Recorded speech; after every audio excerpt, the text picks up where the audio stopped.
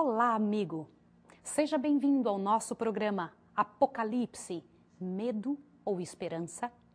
Estamos estudando cada vez mais detalhes especiais que Deus tem nos dado na Santa Bíblia, a Palavra de Deus, especialmente no último livro, o livro do Apocalipse. E eu não posso começar a abrir a Palavra de Deus sem antes pedir a unção do Espírito Santo, o professor do céu, para que nos indique, para que nos mostre exatamente o que fazer. Vamos orar? Eu quero orar com você. Misericordioso Deus e Pai que estás nos céus, louvamos o Teu nome, porque a Sua Bíblia é tão clara, Senhor, nos indicando qual caminho seguir, e temos a certeza absoluta que Jesus está conosco, nos mostrando qual caminho para chegar na Canaã celestial. Dá-nos hoje a unção do Teu Santo Espírito, abençoe essa pessoa que está em casa para que possa compreender cada detalhe, em nome de Jesus. Amém. O nosso estudo de hoje é a besta do Apocalipse 13 e os 666.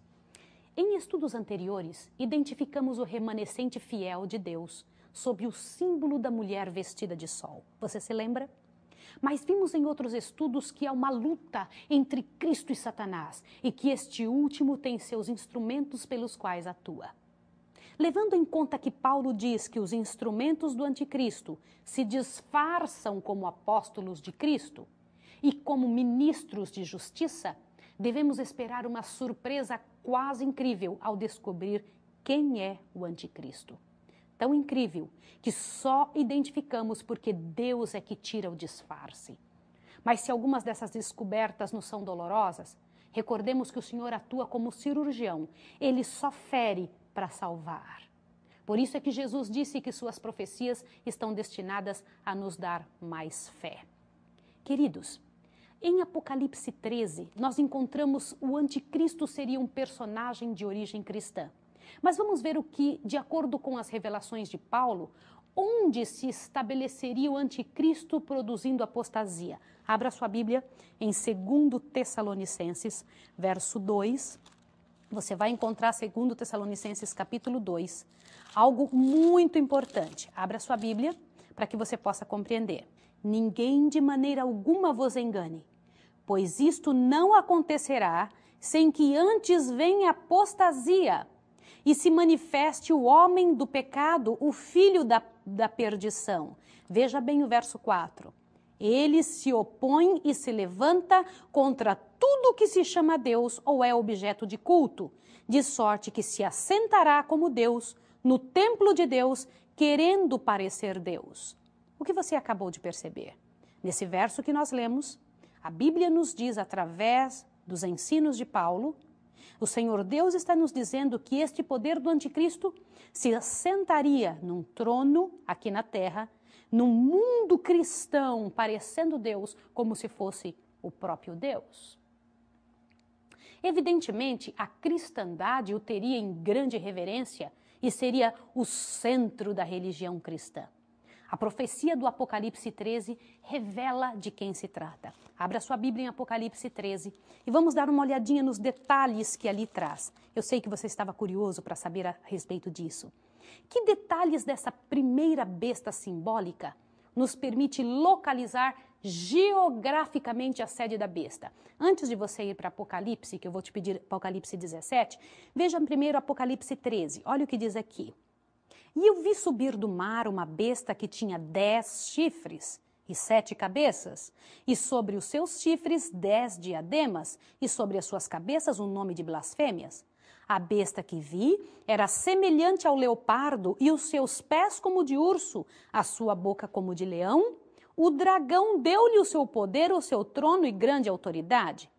Só que aí mesmo no capítulo 13, de Apocalipse, você encontra outra besta. Apocalipse 13, verso 11, encontra-se a segunda besta. Então vi subir da terra outra besta que tinha 2 chifres semelhantes a um cordeiro, mas falava como dragão. Besta, ou animal, é sinal de um reino. Vamos ver geograficamente onde seria a primeira besta. A segunda besta vamos estudar no próximo estudo. Vejamos aqui onde seria geograficamente a sede desta primeira besta. Apocalipse 17, verso 9. Aqui é necessário a mente que tem sabedoria. As 7 cabeças são 7 montes, sobre os quais a mulher está sentada. Veja também o verso 12, diz o seguinte: os 10 chifres que viste são 10 reis, que ainda não receberam o reino, mas receberão autoridade como reis por 1 hora, juntamente com a besta. Apocalipse 17:9 diz: as 7 cabeças são 7 montes onde a mulher está sentada. Os 10 chifres são 10 reis. Agora veja bem, os comentários católicos das Bíblias do Pontifício Instituto Bíblico de Roma e de Jerusalém, sobre Apocalipse 13:1, 2, 17:1 e 3, informa que os 7 montes identificam a cidade de Roma. O que você encontra na cidade de Roma? Não é o Vaticano? Lembra-se que a cristandade o teria como chefe de todo o cristianismo? Que recebeu do dragão de Apocalipse 12, Satanás e a Roma dos Césares, a besta de Apocalipse 13. Veja Apocalipse 13, verso 2. Volta ali um pouquinho para Apocalipse 13. Vamos ver o que esta besta recebeu do dragão. A besta que vira semelhante ao leopardo, os seus pés como de urso, a sua boca como de leão. O dragão deu-lhe o seu poder, o seu trono e grande autoridade. Isso não é muito sério? Você está vendo que a Bíblia diz que quem deu poder a este reino, a este poder governando sobre a terra, foi o próprio dragão? Quem é o dragão? Você se lembra de nosso estudo, onde estudamos que o dragão é Satanás? Isso é muito sério, é algo para se pensar. Historicamente, só há um poder que recebeu a sede e a autoridade de Roma imperial, pagã, tal como havia sido profetizado. Este poder é Roma papal. Um poder perseguidor e blasfêmio. Por quanto tempo teria Roma poder para perseguir o remanescente fiel? Apocalipse 13, verso 5. Leia junto comigo. Foi-lhe dada uma boca para proferir arrogâncias e blasfêmias, e deu-se-lhe autoridade para continuar por 42 meses. Você se lembra também que estudamos em Ezequiel 4, versículos 6 e 7, que cada dia da profecia é relacionado a um ano, representa um ano. 42 meses você encontra abertamente 1260 anos. E a história demonstra que esses 42 meses proféticos, ou 1260 anos literais, começaram no ano 538, quando entrou em vigência o Edito de Justiniano, dando a Roma o poder legal para perseguir e entregar até a morte os cristãos dissidentes. Ao findarem os 1260 anos, cumpriu-se a outra parte da profecia. Mas eu quero que você olhe aqui nesse quadro. Dá uma olhada junto comigo. Observe bem. No ano 538, nós encontramos o início da igreja caída, quando ela uniu-se com o Estado. Foi o tempo de supremacia da igreja. Do ano 538, a igreja começou a mandar no mundo, a igreja católica apostólica romana. E então perseguia as pessoas que não pensavam igual a ela. Durante muitos anos isso aconteceu na Terra, exatamente 1260 anos. E a profecia disse que este poder teria liberdade para agir na Terra por 42 meses. 42 meses tem 1260 dias. 1260 dias proféticos são 1260 anos. Quando termina, se começou em 538 com o Edito de Justiniano? Termina em 1798. A profecia sempre cumpre-se perfeitamente. E como que a gente sabe que terminou nessa data? Veja bem, a Igreja Romana havia estado durante muito tempo mandando no mundo e perseguindo as pessoas que não pensavam de acordo com o que ela pensava que era certo. Então, alguns países começaram a ficar muito cansados desse tipo de autoridade e de atitude. Dentre eles foi a França, um dos primeiros a rebelar-se. Você já ouviu falar de Revolução Francesa? Nesta ocasião da Revolução Francesa, um general napoleônico, Berthier, mandado por Napoleão, em 1798, nesta data, prendeu o Papa. Outros clérigos da época se autorrecluíram e então perderam a autoridade que tiveram durante toda a Idade Média, com toda a Inquisição e as Cruzadas. Você se lembra disso? Desde essa época em diante, perdeu o poder temporal. Passou por muito tempo, o mundo permaneceu sem autoridade papal suprema, mas em 1929, Benito Mussolini devolveu para o papado algumas terras. Isso nós vamos ver daqui a pouco. A Bíblia também disse que eles haveriam de voltar a serem aclamados perante todas as pessoas. Lembre-se bem, o tempo que ficou como supremacia papal foi de 538 a 1798, acabando o tempo de supremacia com general napoleônico, com Berthier indo lá e terminando com toda a aberração que a Igreja Católica fazia frente aos cristãos.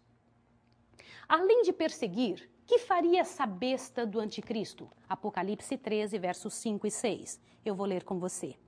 Foi-lhe dada uma boca para proferir arrogâncias e blasfêmias, e deu-se-lhe autoridade para continuar por 42 meses. Há algumas arrogâncias do papado que para Deus são blasfêmias.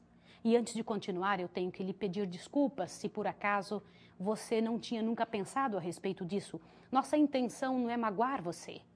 Porque se você não sabe destas verdades, se você não entende estas coisas, de alguma maneira você continua enganado. Por exemplo, a pretensão da igreja de perdoar pecados. Depois da ascensão de nosso Senhor Jesus Cristo, Pedro deixou bem claro que ele não tinha poder para perdoar pecados, que essa é uma atribuição unicamente de Deus. Isso está escrito em Atos 8, verso 20 a 23. O próprio Pedro disse que ninguém pode perdoar pecados a não ser Deus. Evidentemente, ele conhecia o princípio bíblico de que só Deus tem poder de perdoar pecados e que quem pretende fazê-lo blasfema. E onde está escrito a respeito disso que é blasfêmia? Marcos, capítulo 2, verso 7.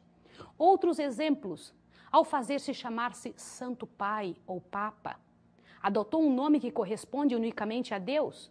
A ninguém sobre a terra chameis vosso Pai, porque só um é vosso Pai, aquele que está no céu. Isso está escrito em Mateus 23, verso 9. Proclama ser o cabeça da igreja, usurpando assim a função de Cristo, que é o cabeça do corpo da igreja. Está escrito em Efésios 5, 23, Jesus é o cabeça da igreja. Também aceita homenagens que na Santa Bíblia são um ato de adoração que corresponde só a Deus. Nós estamos nos referindo à prática de ajoelhar-se ante o Papa. Pedro proibiu a Cornélio que o fizesse, por considerar-se ele mesmo, Pedro, um mero ser humano. Isso está escrito em Atos 10, versículo 25 e 26. E note que o anjo de Deus, aquele que falava com João em Apocalipse, apesar de ser superior a este santo apóstolo, proibiu a João que se ajoelhasse diante dele, explicando-lhe que isso era um ato de adoração que só corresponde praticar perante Deus. Apocalipse 19, 10 diz isso, e Apocalipse 22, 8 e 9. Não podemos nos ajoelhar frente a um homem. Agora entendemos melhor o que quis dizer Paulo quando escreveu na Santa Bíblia que o homem da iniquidade, o filho da perdição, a ponto de sentar-se no santuário de Deus, ostentando-se como se fosse o próprio Deus. Por isso que ele é considerado anticristo, que quer dizer aquele que se põe em lugar de Cristo e também se opõe a Cristo. Mas eu queria te mostrar algo, por favor, para você não pensar que somos nós que estamos falando. Dê uma olhadinha nisso aqui, por favor. Queria que você lesse junto comigo. Esta informação foi tirada da própria Enciclopédia Católica. Eu vou ler para você. Enciclopédia Católica, Pronta Biblioteca, artigo Papa, volume 2, página 26. Eu vou ler para você. O Papa é o vigário de Cristo. Só ele é soberano dos fiéis. O Papa é o Rei dos reis e Senhor dos senhores. Por isso ostenta uma tríplice coroa como Rei do céu, da terra e do inferno. Só o Papa é chamado Santíssimo, porque é o único que legitimamente é santo. Isso foi escrito pelos próprios católicos. Veja um próximo, dê uma observada, por favor. Também está na Enciclopédia Católica, Pronta Biblioteca, volume 2, página 26. O Papa é de tão grande dignidade e exaltado que não é um simples homem.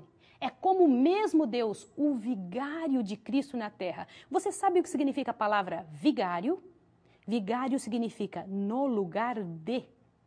Vigário de Cristo é no lugar de Cristo. Isso não é muito sério? Veja essa nova nota. Também São Afonso de Ligório, O Ofício do Sacerdócio, página 47. Veja que sério essa declaração.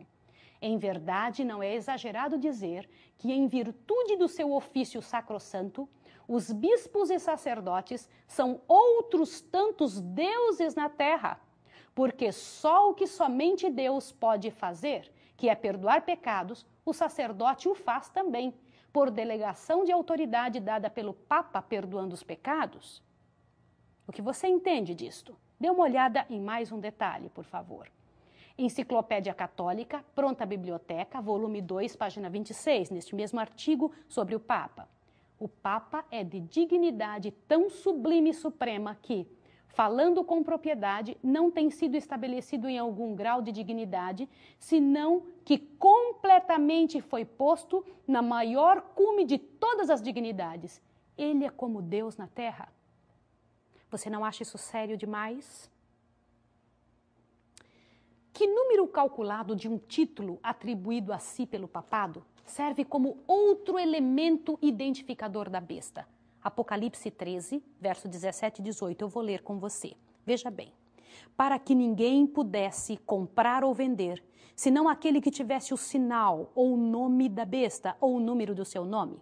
Aqui a sabedoria. Aquele que tem entendimento calcule o número da besta, pois é o número de um homem, e o seu número é 666.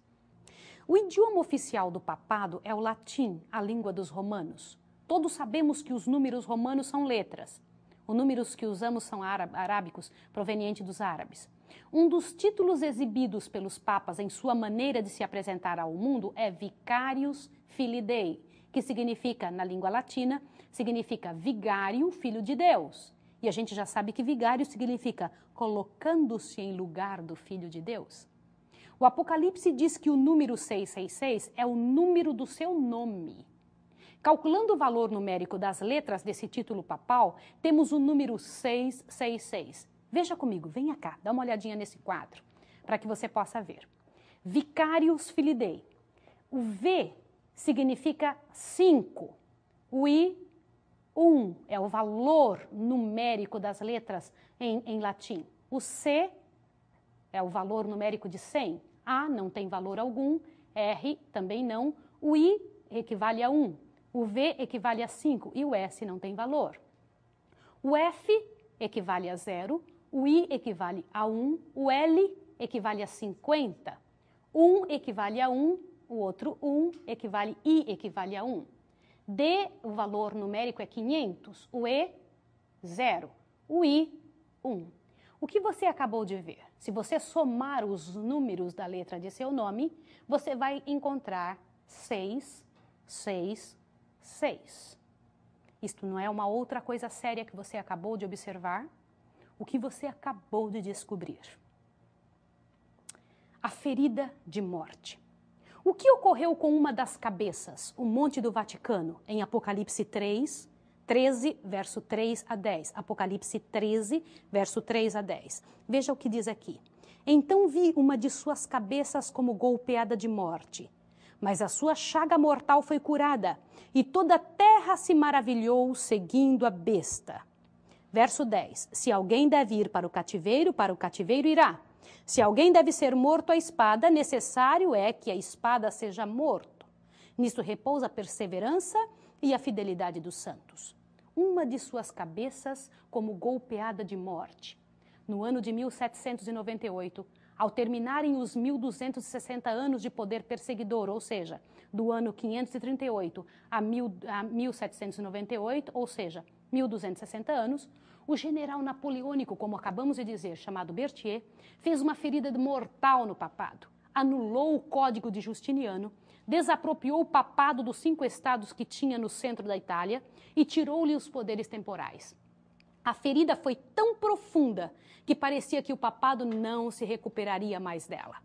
O Papa Pio VI foi levado para o cativeiro, Apocalipse 13:10, e seus sucessores se auto-recluíram, ficaram reclusos no cativeiro, negando-se a aparecer em público até que se lhe retribuíssem os poderes temporais. Você sabia que aconteceu exatamente assim?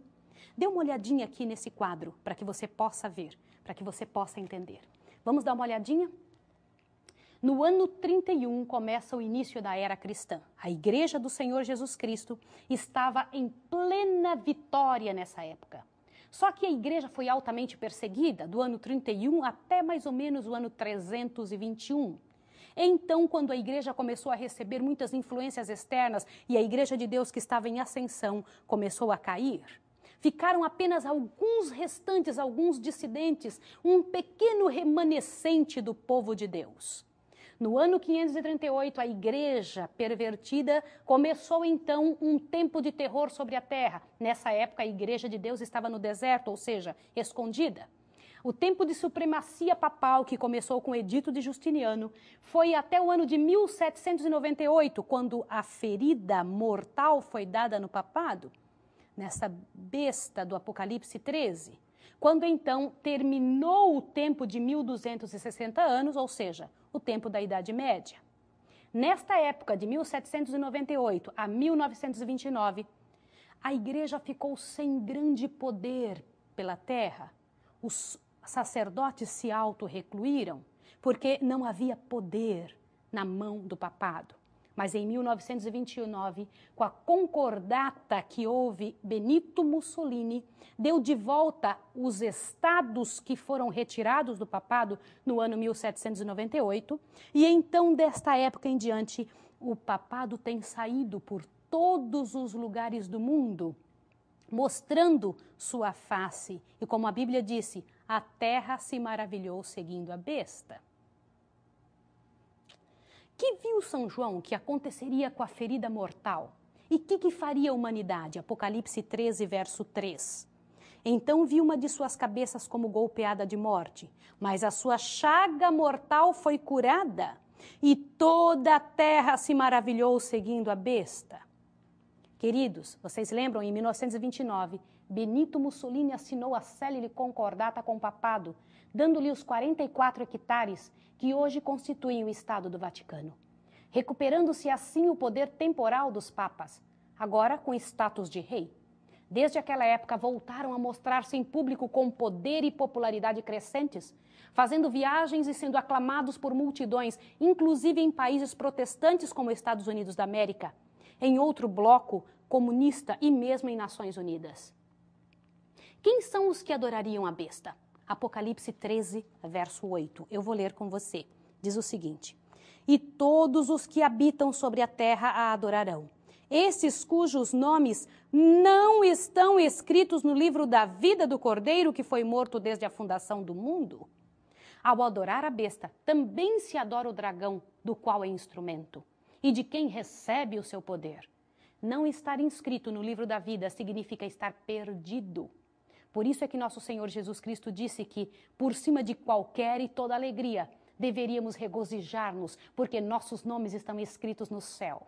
Desde o dia em que recebemos o sagrado sacramento do batismo. Isso está escrito em Lucas 10, verso 20. Queridos, que solene advertência proclama a mensagem do terceiro anjo contra aqueles que adoram a besta e a sua imagem. Vai em Apocalipse 14, aí mesmo, em seguida, verso 9 a 11. Veja comigo. Seguiu-se ainda um terceiro anjo dizendo com grande voz: se alguém adorar a besta e a sua imagem, e receber o sinal na testa ou na sua mão, também o tal beberá do vinho da ira de Deus, preparado sem mistura no cálice da sua ira, e será atormentado com fogo e enxofre diante dos santos anjos e diante do Cordeiro. Queridos, sendo que estamos no fim do tempo da graça, Deus proclama mais solene admoestação, a fim de que não participemos do culto da besta, e ao mesmo tempo adverte que aqueles que consentem em fazê-lo terão que defrontar terríveis consequências de peso eterno, ou seja, irreversível. Como notamos, a besta tem um sinal ou marca, a qual será aplicada sobre os que se perdem. Em que consiste essa marca fatídica? No nosso próximo estudo, nós vamos estudar exatamente o que é a marca da besta. Mas agora veja o contraste entre os seguidores da besta e o fiel remanescente do Senhor, que apresenta a última parte da mensagem do terceiro anjo. Dá uma olhadinha aqui mesmo em Apocalipse 14, no verso 12. Veja só o que diz aqui. Aqui está a perseverança dos santos. daqueles que guardam os mandamentos de Deus e têm a fé em Jesus. Você percebeu a diferença que existe entre um e outro? Uns são acusados de adorar a besta, ou seja, adorar o próprio dragão. Outros, então, são elevados perante essa terra, são aqueles a quem o Senhor Jesus Cristo virá buscar. E segundo a sua Bíblia e a minha Bíblia diz, aqui está a perseverança dos santos, daqueles que guardam os mandamentos de Deus e mantêm a fé em Jesus. Eu sei, meu querido, minha querida, que o estudo de hoje foi muito sério. Além de muito esclarecedor, de alguma maneira, pode ter dado alguma dor no coração para as pessoas sinceras como você. Mas quando a Bíblia explica e detalha estas coisas a respeito destes poderes na terra, o faz para que nós possamos saber e entender qual é o plano de Deus para nós e também para que não sejamos encontrados como pessoas enganadas quando Jesus Cristo vier e voltar. Há um plano de Deus para você, há um plano de Deus para mim, para a nossa família. Deus tem um plano muito especial para a sua história e para a minha história. Não permita que nada atrapalhe você. Entre em contato conosco. Peça para que possamos compreender juntos estas verdades. Nos escreva, nos telefone e então mandaremos ajudas para você para que você possa entender mais claramente cada um desses detalhes que estudamos hoje sobre a besta do Apocalipse 13 e o 666. No nosso próximo estudo vamos estudar qual é a marca da besta e também qual é a outra besta do Apocalipse 13. Lembra-se que são duas, tá bem? E agora eu quero orar por você. Quero orar por sua casa, por sua família. Vamos orar, vamos pedir a bênção de Deus. Misericordioso Deus e Pai que estás nos céus. Bendito seja o teu nome, Senhor, porque o Senhor não nos permite ficarmos enganados. Obrigado ao Senhor, porque o Senhor é claro em demonstrar a sua vontade e toda a verdade enviada por teu Santo Espírito. Te pedimos que abençoe essa pessoa em casa, que ela nos escreva, que fale conosco e que estejamos juntos um dia quando Jesus Cristo voltar para nos levar. Em nome dele rogamos e agradecemos. Amém, Senhor. Até o nosso próximo estudo. Se você deseja saber mais sobre esse ou outros assuntos relacionados ao Apocalipse e sobre a volta de Jesus, entre em contato conosco e receba um estudo sobre as revelações do Apocalipse. E saiba mais sobre as incríveis profecias deixadas na Bíblia por Jesus e sobre a sua segunda vinda. Nos vemos sábado que vem neste mesmo horário. Que Deus te abençoe. Até lá! As perguntas respondeu-me, os meus medos compreendeu. Ao falar a minha fé, sim, ele ergueu.